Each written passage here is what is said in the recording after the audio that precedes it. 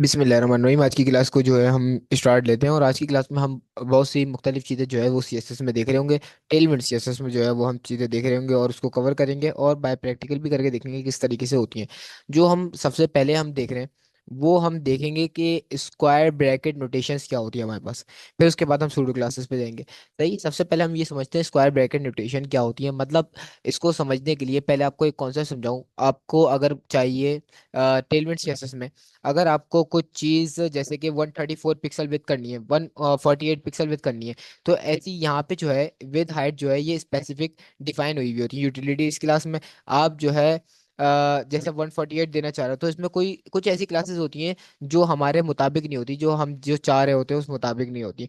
तो इस चीज को सेट करने के लिए हमारे पास सीएसएस एक फीचर देता है, हमारे पास स्क्वायर ब्रैकेट नोटेशंस का। पहले मैं यहाँ पे विद निकाल के आपको एक चीज डिफाइन कर दूं। जैसे यहाँ पे 8 पिक्सल है, सही, 8 के पास कितनी पिक्सल है? 2.5, 10 पिक्सल। अगर मैं चाह रहा हूँ कि 9 पिक्सल चाहिए मुझे, तो 9 पिक्सल यहाँ पे नहीं दे सकता हूँ, क्योंकि यहाँ पे 9 पिक्सल है ही नहीं। W2 के बाद W2.5 इसने यूटिलिटी क्लास दी हुई है मुझे, ताकि आप 8 पिक्सल के बाद डायरेक्ट 10 पिक्सल इस्तेमाल कर सकते हैं। बीच में जो 9 है वो आप इस्तेमाल नहीं कर सकते। अगर मैं इस तरीके की चाह रहा हूँ कि मुझे 9 पिक्सल इस्तेमाल कर पाऊँ, और बाकी ये 12 और 14 के बीच में 13 इस्तेमाल कर पाऊँ, 14 और 16 के बीच में मैं 15 इस्तेमाल कर पाऊँ, 16 20 के बीच में मैं जो है 17 18 19 20 इस तरीके की जो है मैं अपनी विद हाइट जो है पिक्सल्स में सेट कर पाऊँ या रैम में वगैरह में सेट कर पाऊँ, तो ये किस तरीके से कर सकता हूँ? ये हमारे पास एक CSS टेलमेंट CSS का एक फीचर है, स्क्वायर ब्रैकेट नोटेशन। तो इसको यूज करते हुए मैं अपनी इस प्रॉब्लम का हल जो है वो कर सकता हूँ।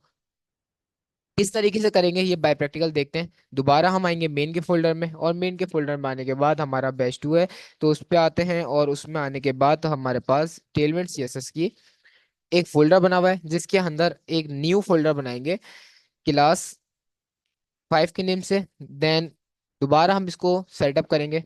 तो टेंशन आपने नहीं लेनी है कि ये बार बार क्या हो रहा है, इसमें आपकी प्रैक्टिस हो रही है। सही है, तो ये आप जितना बार हर प्रोजेक्ट में जो है आप छोटा सा भी काम कर रहे हैं, तो इस प्रोजेक्ट को सेटअप करें ताकि आपको जहनों में बैठ जाए। आज से 5 साल बाद भी करें तो आपके बिल्कुल जहन में बैठा हो कि इस तरीके से जो है हम प्रोजेक्ट सेटअप करते हैं। सबसे पहले npm init -y नोड पे प्रोजेक्ट बन जाएगा। पैकेज हमारे पास यहाँ पे पैकेज क्रिएट हो रहा है, जब तक के हम जाते हैं अपने टैब पर, और टेलमेंट सीएसएस की मदद से हम अपनी कुछ कमांड्स को लेके आते हैं जो हमें चाहिए। कौन कौन सी कमांड चाहिए? टेलमेंट CLI पे आते हैं। सबसे पहले npm install -d टेलमेंट सीएसएस की हमें कमांड चाहिए, जो हमारे पास क्या करेगी, हमारे पास यहाँ पे नोट मॉड्यूल्स को डाउनलोड कर देगी, जिसमें हमारे पास टेलमेंट CSS भी होगा।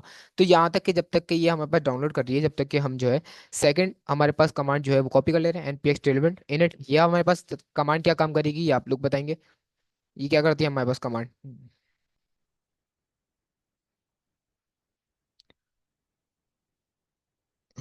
npm init -y वाली कमांड क्या करेगी?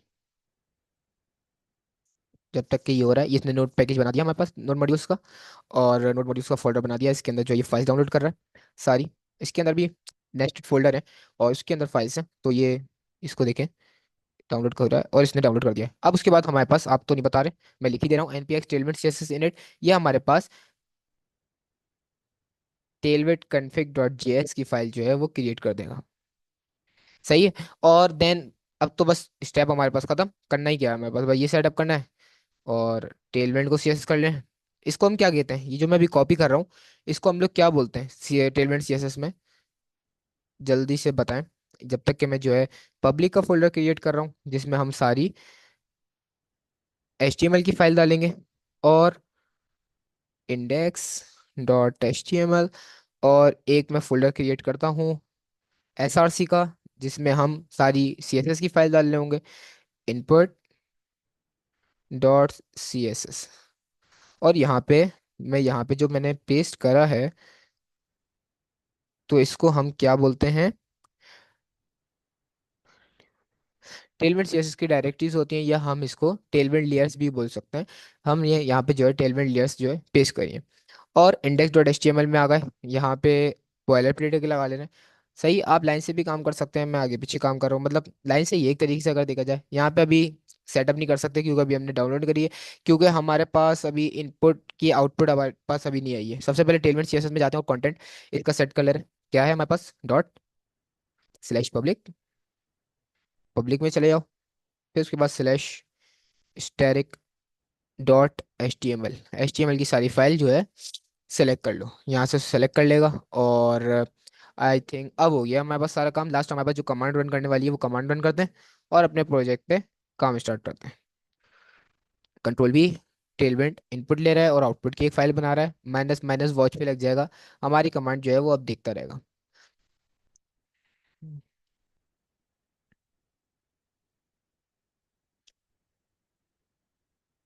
हो गया। अब लास्ट काम हमारे पास क्या है, index dot H T M L में हमें सी एस एस को लिंक करना है। बहुत आसान तरीका है सी एस एस को लिंक करने का। लिंक करके और यहाँ पे डॉट डॉट स्लैश बाहर जाओ, एस आर सी को पकड़ो, पकड़ के छोड़ दिया इसने। एस आर सी में जाओ, एस आर सी में जाके output dot C S S select करो और हमारा प्रोजेक्ट जो है रेडी हो गया है काम करने के लिए। यहाँ पे लिखता हूँ H2 और इसमें लिखता हूँ हेलो। यहाँ पे लगाता हूँ एक क्लास। क्लास लगाने के बाद इसमें लिखता हूँ BG और रेड -300। और इसको चेक करते हैं ज़रा लाइव करके, चला हमारे पास या नहीं चला। ये बैटरी इतनी जल्दी कैसे गिर गई, अभी तो फुल थी। हमारे पास जो है प्रोजेक्ट रेडी हो गया है और उसके अंदर जो है बैकग्राउंड कलर भी ऐड हो गया है और कलर भी तो डिफॉल्ट होता ही ब्लैक है। सही है। अब हम पढ़ रहे हैं स्क्वायर ब्रैकेट नोटेशन हमारे पास क्या होती हैं। अच्छा, ये H2 को जो है मैं बने रहने दे रहा हूँ, इसके अंदर हम कर सकते हैं, कर सकते हैं इसके अंदर। सही। अब समझते हैं कि स्क्वायर ब्रैकेट कहाँ लिखा हुआ है, इनपुट CSS पर 3। इसके अंदर क्या है, कितने एरर दे रहा है ये, वार्न कितने कर रहा है, कितनी दफा वार्न कर रहा है हमें, 3 दफा वार्न कर रहा है। ये देखिए वार्न का एरर है, ये वार्न करता है हमें। ये क्या बोल रहा है, ये जो येलो कलर से एरर है ना, तो समझे ये वार्न कर रहा है हमें। तो ये वार्न कितनी दफा कर रहा है, 3 दफा वार्न कर रहा है। तो उसने बता दिया भाई 3 वार्न आ रहा है आपके पास। सही है, तो इस वजह से कर रहा है ये।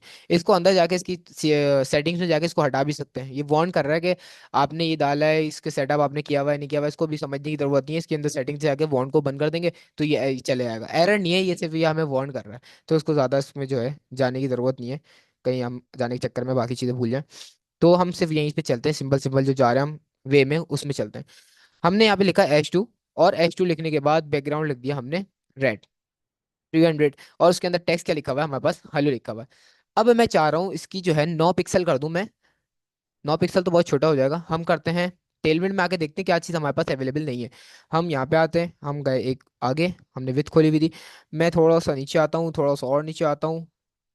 64 के बाद मेरे पास डायरेक्ट 80 पिक्सल है।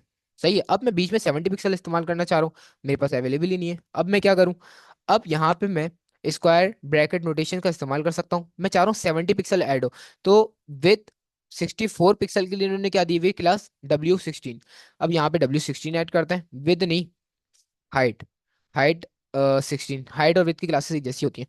और यहाँ पे तो इसने कितनी ऐड कर दी, तो ये हम जैसे ही हवर करेंगे तो ये मुझे बता देगा 64 पिक्सल की इसने हाइट ऐड कर दी। अब मैं चाह रहा हूँ 70 पिक्सल की हाइट ऐड करना, जो कि स्टेलमेंट CSS मुझे दे ही नहीं रहा है कि 70 पिक्सल ऐड कर सकते हैं। अगर मैं चाहूँ कि 70 पिक्सल हाइट ऐड करूँ, किसी जैसे मैं किसी वेबसाइट का क्लोन कर रहा हूँ और उसमें 70 पिक्सल हाइट दी हुई है, तो वो मैं किस तरीके से कर सकता हूँ, वो इस तरीके से कर सकता हूँ। सबसे पहले आप आए, थोड़ी सी स्क्रीन जो है वो मैं जूम कर दे रहा हूँ। और आपने जो H16 लिखा हुआ है, आप H के बाद आए, आप लिखे माइनस और आपने लगाना है ब्रैकेट। सही है। क्या लगाना है, स्क्वायर ब्रैकेट। स्क्वायर ब्रैकेट ही कहते हैं ना, स्क्वायर ब्रैकेट लगाना है आपके पास। स्क्वायर ब्रैकेट नोटेशन मतलब H के माइनस आपने लगा दिया स्क्वायर ब्रैकेट। अब स्क्वायर ब्रैकेट के अंदर आप जोन सी वैल्यू देंगे, वन सी वैल्यू जो है वो सिलेक्ट कर लेगा। जैसे मैं डालता हूँ 70 पिक्सल, 70 पिक्सल, तो ये 70 पिक्सल जो है सेलेक्ट कर लेगा। 70 पिक्सल हो गया। अगर इसको स्पेक करें और स्पेक करके देखें ये 70 पिक्सल हुआ भी है या हमारे साथ जो है गेम खेल रहा है। इसको करते हैं एरो सेलेक्ट। ये देखें जैसे ही मैं हवर कर रहा हूँ तो यहाँ पे जब बॉक्स आए ना, ये बॉक्स यहाँ पे देखिएगा, ये देखें 70 पिक्सल। विथ कितनी है, 786 पिक्सल। हाइट कितनी है इसकी, 70 पिक्सल। तो ये 70 पिक्सल हमारे पास ऐड हो गया। देखिए हवर कर रहा हूँ तो यहाँ पे दिखा रहा है 70 पिक्सल। और बगैर हर पे भी ये सिलेक्ट है, तो हमें 70 पिक्सल ही दिखा रहा है कि इसकी विड्थ क्या है, हाइट क्या है, 70 पिक्सल। अब मैं यहाँ पे 80 पिक्सल करना चाह रहा हूँ, तो मैं यहाँ पे 70 को कर दूंगा 80। तो यहाँ पे कितनी हो जाएगी ये, 80 पिक्सल। अब हवर कर रहा हूँ तो मुझे क्या दिखा रहा है, 80 पिक्सल आपकी हाइट है, विथ कितनी है, 780 पिक्सल। तो इस तरीके से हम अपनी स्क्वायर ब्रैकेट नोटेशंस को जो है वो हम अप्लाई कर सकते हैं। क्या इसमें रैम चलेगी, बिल्कुल रैम चलेगी। 80 रैम कर दिया तो ये आप से बाहर चले जाएगा बिल्कुल। ये हमारी, हम करते हैं इसको 3 रैम। जैसे मैंने इसको 3 रैम करा, तो ये देखें, थ्री रैम चल रही है, थ्री रैम अबाउट 48 पिक्सल के बता रहा है हमारे। थ्री रैम जो होती है वो हमारे पास 48 पिक्सल की होती है। और अगर हम थ्री रैम डाले भी यहाँ पे, W3 विद W3 करते हैं, विद W-3, और इसमें अगर हम इसको हवर करें तो ये कितनी बता रहा है, ये तो 12 पिक्सल की बता रहा है, 0.76। अच्छा, हम तो थ्री रैम, इसमें रैम का कॉन्सेप्ट अलग है, 0.75 रैम है इसमें।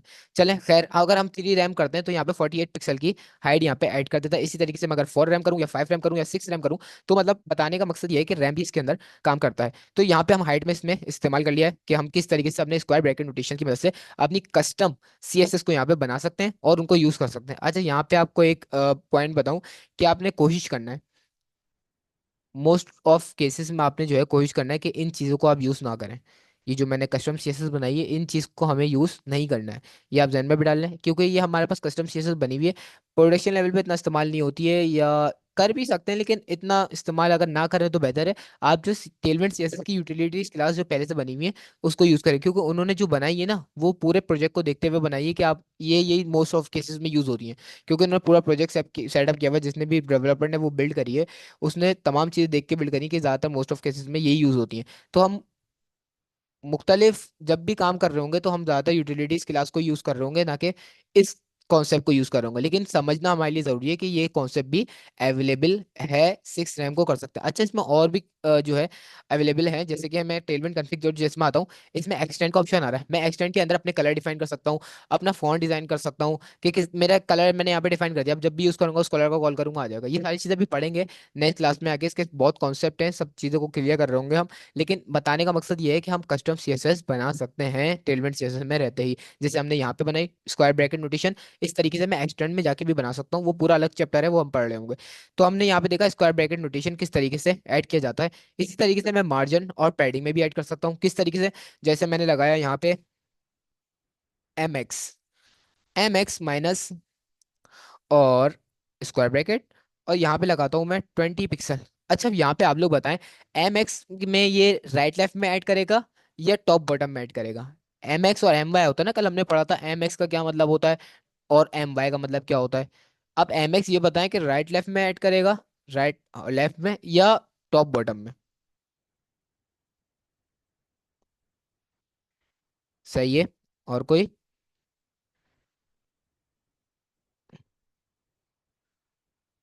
बेहतरीन।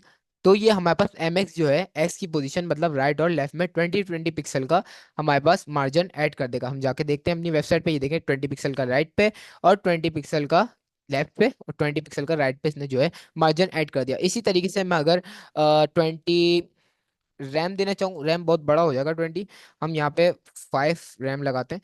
तो यहाँ पे 5 रैम का इसने जो है दोनों तरफ से मार्जिन ले लिया। अच्छा, मैं MX पे तो ऐड कर दिया मैंने, अगर मैं यही चीज़ MY पे ऐड करूँ एक साथ ही तो क्या ऐड होगा, मैं यहाँ पे लगा देता हूँ 5 रैम। तो यहाँ पे जाहिर सी बात है ऐड होगा। यहाँ पे 5 रैम ऊपर से और 5 रैम बॉटम से इसने यहाँ पे मार्जिन ऐड कर लिया है। तो इस तरीके से मैं अपनी कस्टम क्लासेस बना के यूज कर सकता हूँ, और इसमें पैडिंग में भी ऐड कर ले रहे हैं। इतना अगर हमने चीजें कर ही ली हैं तो हम पैडिंग में भी ऐड करके देख ले रहे हैं। P, सबसे पहले Y माइनस स्क्वायर ब्रैकेट्स, यहाँ पे लगाता हूँ 30 पिक्सल, और इसी तरीके से PX माइनस स्क्वायर ब्रैकेट, यहाँ पे हम यूज करते हैं 30 पिक्सल का ही लगा ले रहे हैं। तो यहाँ पे ये देखिए पैडिंग भी इसने अंदर 30 पिक्सल की टॉप बॉटम, 30 पिक्सल की लेफ्ट राइट से पैडिंग इसने ऐड कर दी। तो इस तरीके से मैं अपनी कस्टम क्लासेस को इस्तेमाल कर सकता हूँ अपने वेब पेज क्रिएट करने में। और अगर आपको जैसे कि आपको कोई भी साइजेस नहीं मिल रहे हैं टेलमेंट सीएसएस में, तो आप इस हेल्प से यूज कर सकते हैं। आप ये भी नहीं कि बिल्कुल ही नहीं करना है, अगर कोई ऐसी सिचुएशन आ गई कि आपको करना है तो आप बिल्कुल कर सकते हैं, क्योंकि फीचर इन्होंने इसलिए बनाया है। लेकिन हम ज्यादातर अवॉइड करते हैं।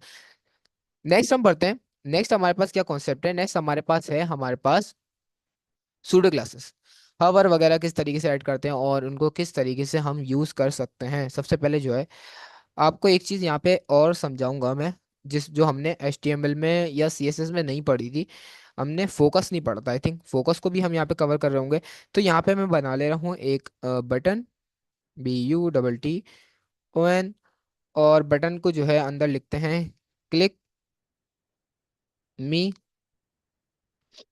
का मैंने एक बटन बना लिया, और उसको देखते हैं अपने वेब पेज पे, तो इस तरीके से दिख रहा है ये। और उसके ऊपर बाय डिफॉल्ट जो है कर्सर पॉइंटर आ जाता है, क्योंकि ये हमारे पास बटन। अच्छा, इसको थोड़ा सा जूम कर दे रहे हैं ताकि हमारे पास दिखने में आसानी हो। ये हमारे पास आ गया क्लिक मी का एक बटन। अब इसका मैं थोड़ा सा बटन के स्टाइल में इसको करूँ, अभी तो बटन में नहीं लग रहा है ये हमारे पास। सबसे पहले इसको लगाते हैं क्लास। यहाँ पे क्लास ऐड करी, क्लास में थोड़ा सा बीजी हम कर दे रहे हैं इसका। कौन सा करें ग्रीन।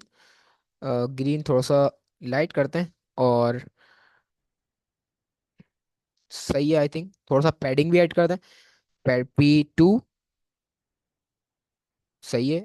और M2 मार्जिन भी ऐड कर दे रहे हैं, सही है। और इसका जो है टेक्स्ट का कलर जो है वाइट कर दे रहे हैं, टेक्स्ट वाइट। टेक्स्ट वाइट हो गया हमारे पास, तो ये थोड़ा सा बेटर जो है हमें कलर मिल रहा है। इसको जो है हम बॉर्डर रेडियस भी लगा सकते हैं, राउंडेड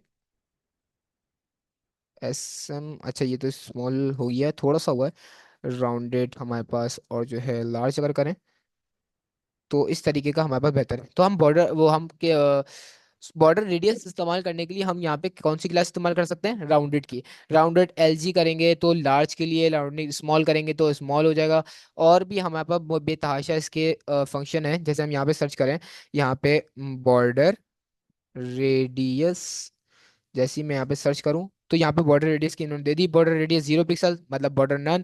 अगर राउंडेड SM करेंगे तो स्मॉल 2 पिक्सल का सिर्फ बॉर्डर ऐड होगा। अगर सिर्फ राउंडेड करेंगे तो आपके पास 4 पिक्सल का होगा। राउंडेड MD मतलब मीडियम करेंगे तो आपके पास 6 पिक्सल का। राउंडिंग LG लार्ज करेंगे तो आपके पास 8 पिक्सल का।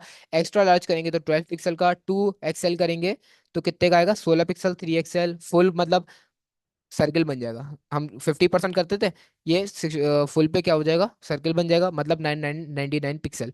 और राउंडेड S नन।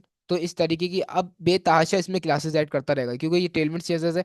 इसमें जो है बेतहाशा इसमें क्लासेस है, मतलब टॉप लेफ्ट के लिए, और सॉरी लेफ्ट राइट के लिए, और टॉप बॉटम के लिए इसने अलग अलग तरीके की क्लासेस बनाई हुई है। जैसे यहाँ पे सिर्फ टॉप लेफ्ट से अगर करना है, इसकी वेबसाइट जो है अगर टॉप राइट से इसने बॉर्डर वगैरह बनाए ना, बड़े अच्छे बनाते हैं। जैसे मैं आपको दिखाऊं यहाँ पे landing page, landing page design. और अगर मैं आपको दिखाऊं तो थोड़े से ये देखें, ये वाला अगर मैं खोलता हूँ, इसको मैंने इसको खोला, खुल जाए बस ये। हाँ ये देखिए, जैसे ये इन्होंने ये हुआ है ना, ये देखें नीचे से ये क्या हुआ है, इस तरीके का डिजाइन जो थोड़ा सा कर्व में आ रहा है। देख रहे हैं ब्लू वाला डिजाइन जो थोड़ा सा कर्व में आ रहा है, किस तरीके से बना हुआ है ये, बॉर्डर रेडियस तो है ये, बॉर्डर रेडियस की हेल्प से बना हुआ है ये। आप इसको बॉर्डर रेडियस क्यूबिक बीजियर की मदद से इसको बना सकते हैं। ये देखिए कैसा कर्व बना हुआ है।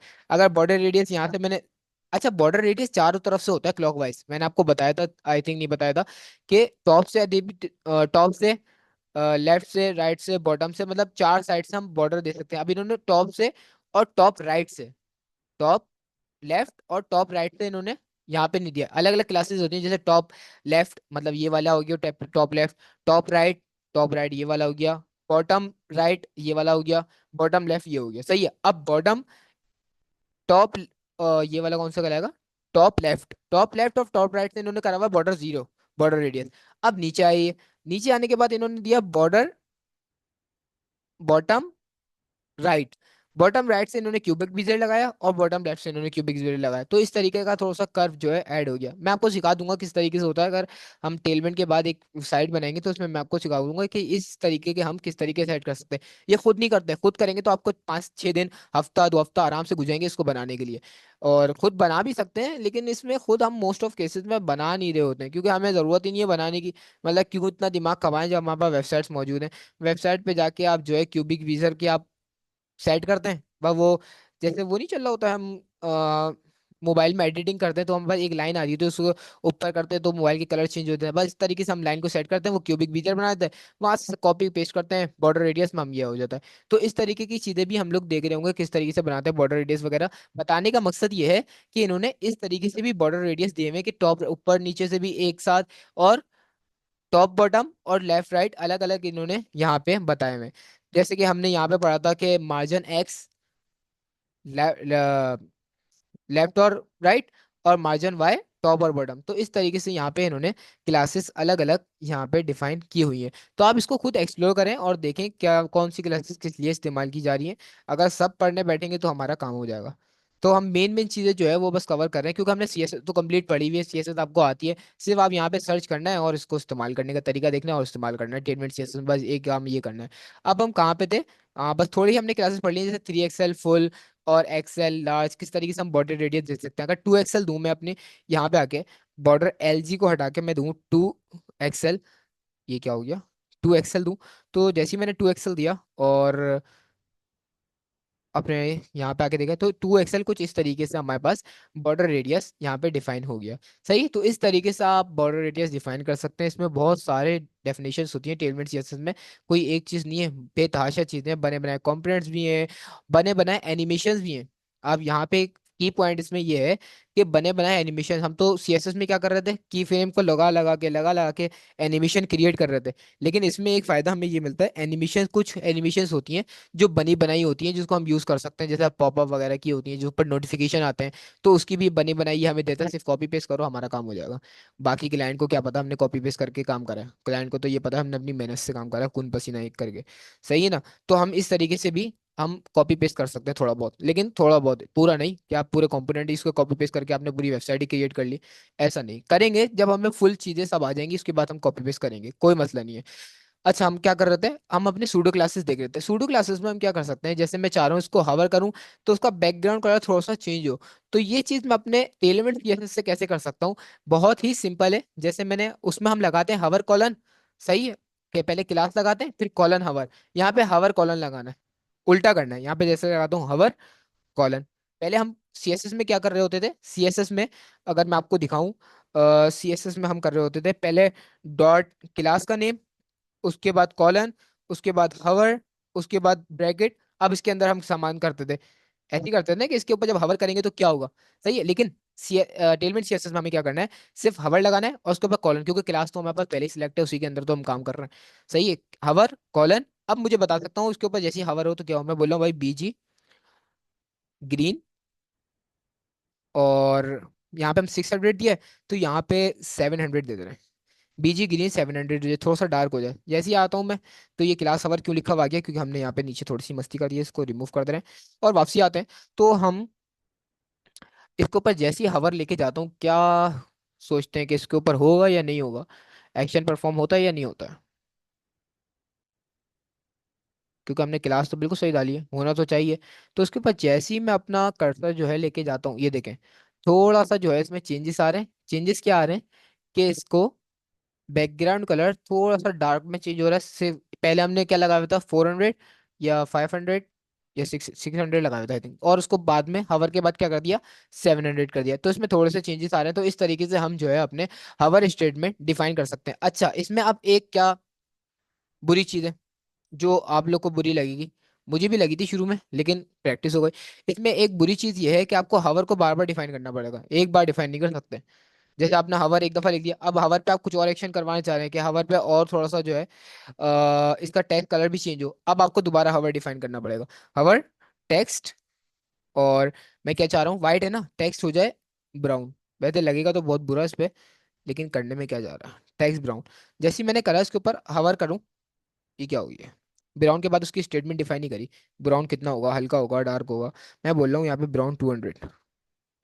अब हो जाए तो कोई ये नहीं करो हमारे साथ, तुम्हारे से तो इतनी पुरानी दोस्ती है हमारी। टेक्स्ट, आई थिंक स्पेलिंग मैंने शायद गलत डाली है।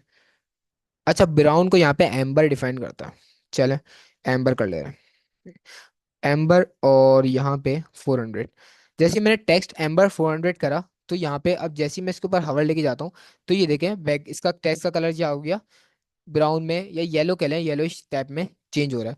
तो इस तरीके से मैं बार बार, मुझे अगर हर छोटी भी चेंजेस करनी है तो मुझे हवर की स्टेटमेंट जो है वो बार बार डिफाइन करने की पड़ेगी। बस इसमें ये थोड़ा सा एक आप कह लें बुरी चीज़ है, बुरी चीज़ भी नहीं है, इसको आसान है, कर सकते हैं, कोई मतलब वाली बात नहीं है। हम तो वैसे ही अच्छे प्रोग्रामर हैं, माइक्रोसॉफ्ट में काम करते हैं, गूगल हमें ऑफर की हुई है, हम जा नहीं रहे, तो हम ये काम कर सकते हैं। सही है।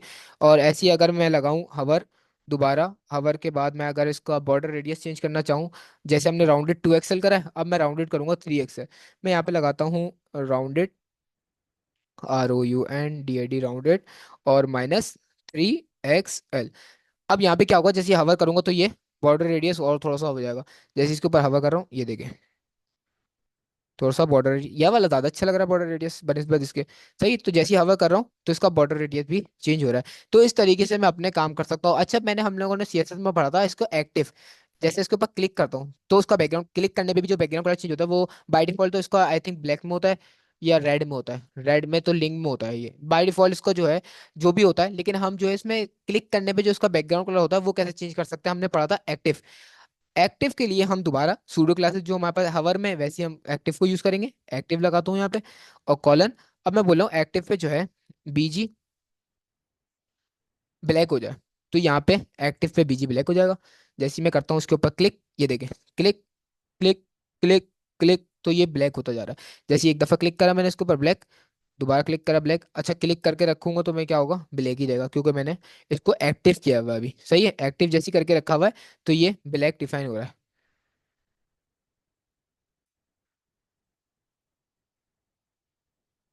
सूडो क्लासेस थी तो डिटेल में पढ़ाई थी सीएसएस में।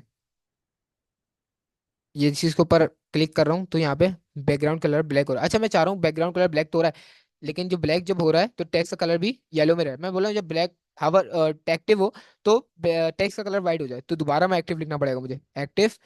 और टेक्स्ट का कलर क्या हो जाए मेरे पास,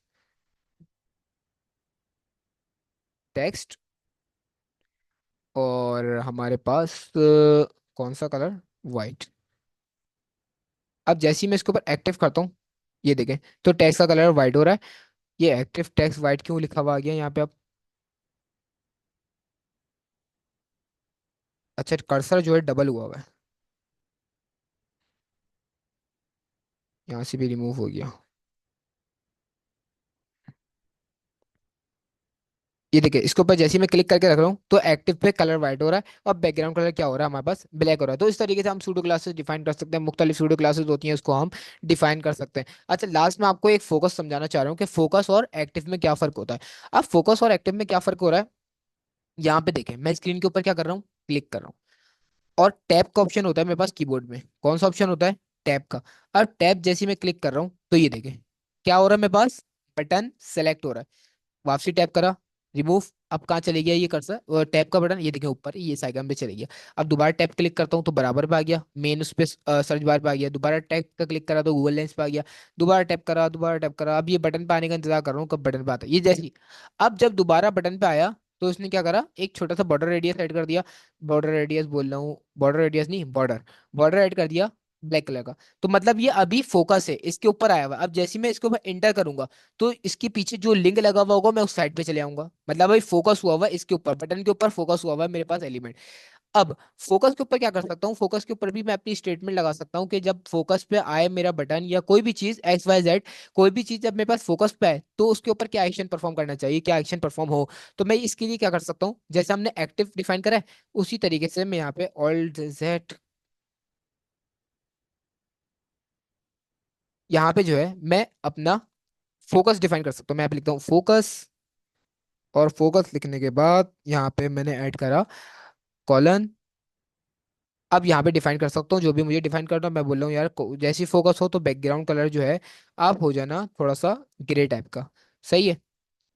अब जैसे ही मैं दोबारा टैप क्लिक करता हूँ, ये देखें, जैसे ही इसके ऊपर फोकस हुआ तो उसने बैकग्राउंड कलर क्या कर दिया, ग्रे कर लिया। अब वापसी ऊपर आता है, ये टैप टैप टैप टैप, जैसे इसने इसके ऊपर आया तो उसने अपना बैकग्राउंड कलर क्या कर लिया, ग्रे कर लिया। बताने का मकसद ये है कि बहुत सी वेबसाइट जो होती हैं उसको जब डीप में हम काम करते हैं, सही है, जैसे कोई भी क्लाइंट मिलता है उसमें डीप में मतलब एक एक चीज़ वो जब देख रहा होता है, उसने टेस्टर बिठाए हुए होते हैं अपने क्लाइंट ने, कि ये टेस्टर अलग देखेंगे कि वेबसाइट पे कैसा काम हो रहा है, कोड कैसा लिख रहा है बंदे, कैसा नहीं लिख रहे हैं। तो जब टेस्टर बिठाए हुए होते हैं तो एक एक चीज़ को फोकस करता है कि आप कोशिश करें कि हर चीज़ आप ऐड करें, क्योंकि सीखी भी तो है ना, जैसे आप फोकस ऐड किया हुआ है, फोकस भी आप ऐड करें कि जब यूज़र जब यूज करेगा वेबसाइट तो उसको यूज करने में जो है मजा आए, ताकि वो वेबसाइट पे रुका रहे, हमारी वेबसाइट पे रुका रहेगा तो उस पे ऐड दिखते रहेंगे, ऐड दिखते रहेंगे तो हमारी अर्निंग होती रहेगी। सही है। तो ऐसी चीजें हम लगाते हैं वेबसाइट पे जिससे यूजर जो है हमारी वेबसाइट से अट्रैक्ट रहे और वेबसाइट पे टिका रहे। तो ये करने के लिए हम छोटी छोटी चीज को हम फोकस कर सकते हैं। आगे जाके तो हमारे पास बेतहाशा फ्रेमवर्क, लाइब्रेरीज, और हमारे पास वेबसाइट ना दो तरीके की होती है। एक होता है हमारे पास फंक्शनली वेबसाइट, फंक्शनल वेबसाइट जो हमारे पास सिर्फ फंक्शनल के ऊपर काम कर रही होती है, जैसे गूगल हो गया और फेसबुक हो गया हमारे पास, और हमारे पास हो गया इंस्टाग्राम हो गया और व्हाट्सअप हो गया, ये सारी कौन सी वेबसाइट्स हैं? फंक्शनल वेबसाइट है। और कुछ वेबसाइट्स होती है क्रिएटिव वेबसाइट। क्रिएटिव वेबसाइट में मैं अगर आपको दिखाना चाहूँ, मेरे जहन में भी आ नहीं रही है। क्रिएटिव वेबसाइट हमारे पास होती है,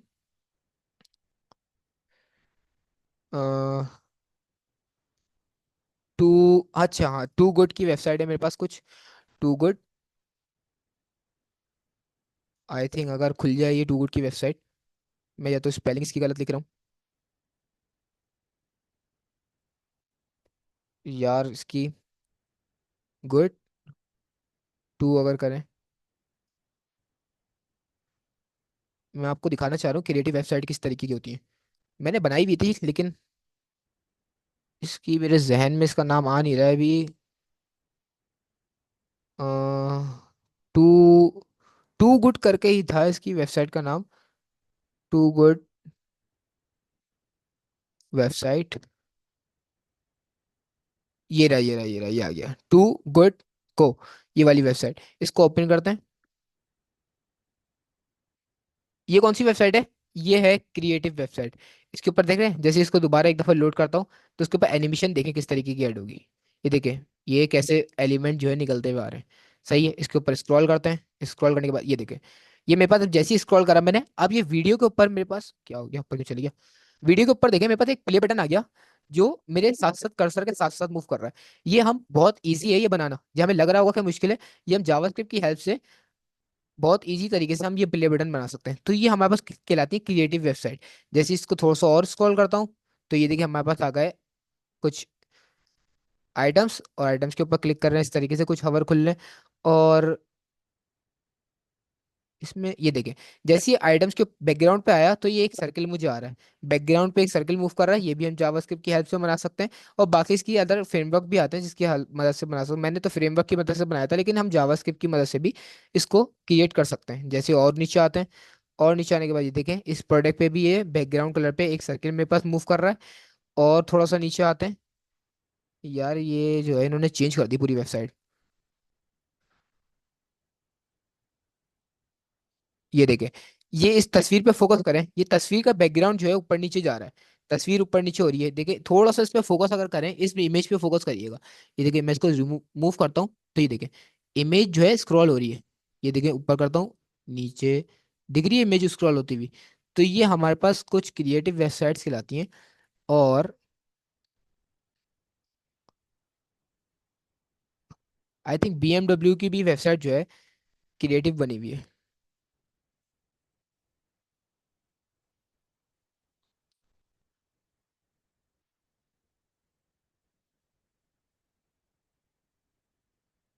नहीं, वो हैकेथॉन में किसी ने बनाई थी। खैर मैं आपको क्रिएटिव वेबसाइट जो है लिंक आपको शेयर करूंगा, उसमें बताऊंगा कि क्रिएटिव वेबसाइट क्या होती है हमारे पास, और फंक्शनल वेबसाइट क्या होती है। फंक्शनल वेबसाइट तो आप समझ गए, जैसे हमारे पास आम हम यूज कर रहे हैं जैसे व्हाट्सअप फेसबुक वगैरह, ये हमारे पास फंक्शनल वेबसाइट है। और क्रिएटिव वेबसाइट वो होती है जिसमें भरपूर एनिमेशन ऐड हुई हुई होती है, भरपूर किस्म की। जैसे हम थ्री जैस, और हमारे पास एक होता है यार बहुत सारे मुख्तलिफ फ्रेमवर्क्स होते हैं जिसकी मदद से हम जो है एनिमेशन ऐड कर सकते हैं। ना कि हम टेलविंड सीएसएस को यूज करें। टेलविंड सीएसएस को यूज अगर एनिमेशन के लिए करेंगे तो वो बहुत कॉम्प्लेक्स हो जाएगा, बहुत ज्यादा कॉम्प्लेक्स हो जाएगा। तो इसके लिए हम थर्ड पार्टी को यूज करते हैं जैसे एनिमेशंस के लिए, तो वो हमारा काम जो है बहुत इजी बना देती है हमारे एनिमेशंस के लिए। वो होती है हमारे पास क्रिएटिव वेबसाइट। क्रिएटिव वेबसाइट का मार्केट में जो है वो कंपटीशन बहुत कम है, लेकिन वेबसाइट बहुत आला बनती है उसकी। ज्यादातर स्कोप जो है वो फंक्शनल वेबसाइट में है। क्रिएटिव में अभी स्कोप इतना नहीं है, लेकिन कम है। तो हमने तो जो है थोड़ी सी इसकी बात में बात कर ली कि ये क्या होता है क्या नहीं होता है। बाकी हम टॉपिक जो कवर कर रहे थे वो हमारे पास हवर कर वो सूडो क्लासेस थी, और हमने देखा कि स्क्वायर ब्रैकेट नोटेशन किस तरीके से वर्क करते हैं हमारे पास। तो आज की क्लास जो है वो हम यहीं तक रखते हैं। हमने आज की क्लास में जो है बहुत कुछ लर्न कर लिया है। और नेक्स्ट क्लास में जो है हम जाएंगे रिस्पॉन्सिव डिज़ाइन की तरफ। रिस्पॉन्सिव डिज़ाइन की तरफ जाने से पहले सबसे पहले हम कोई वेबसाइट का क्लोन करेंगे। सही है, जैसे कोई भी लैंडिंग पेज बना लेंगे, जो हमारे पास एक सिंगल पेज बनाएंगे जो हमारे पास रिस्पॉन्सिव होगी। पहले हम इम्प्लीमेंट करेंगे, फिर उसके बाद सीखेंगे कि ऐसी चीज क्या वर्क कर रही है। जैसे हमने टेलमेंट शुरू करने से पहले सिर्फ इंस्टॉलेशन के बाद फौरन एक वेबसाइट बनाई थी, इसी तरीके से हम पहले एक छोटा सा क्रिएट करेंगे रिस्पॉन्सिव कोई भी पेज, उसके बाद सीखेंगे कि रिस्पॉन्सिवनेस क्या होती है। सही है। तो आज की क्लास जो है वो यहीं तक रखते हैं, कल की क्लास में मिलते हैं एक प्रोजेक्ट के साथ। अल्लाह हाफिज।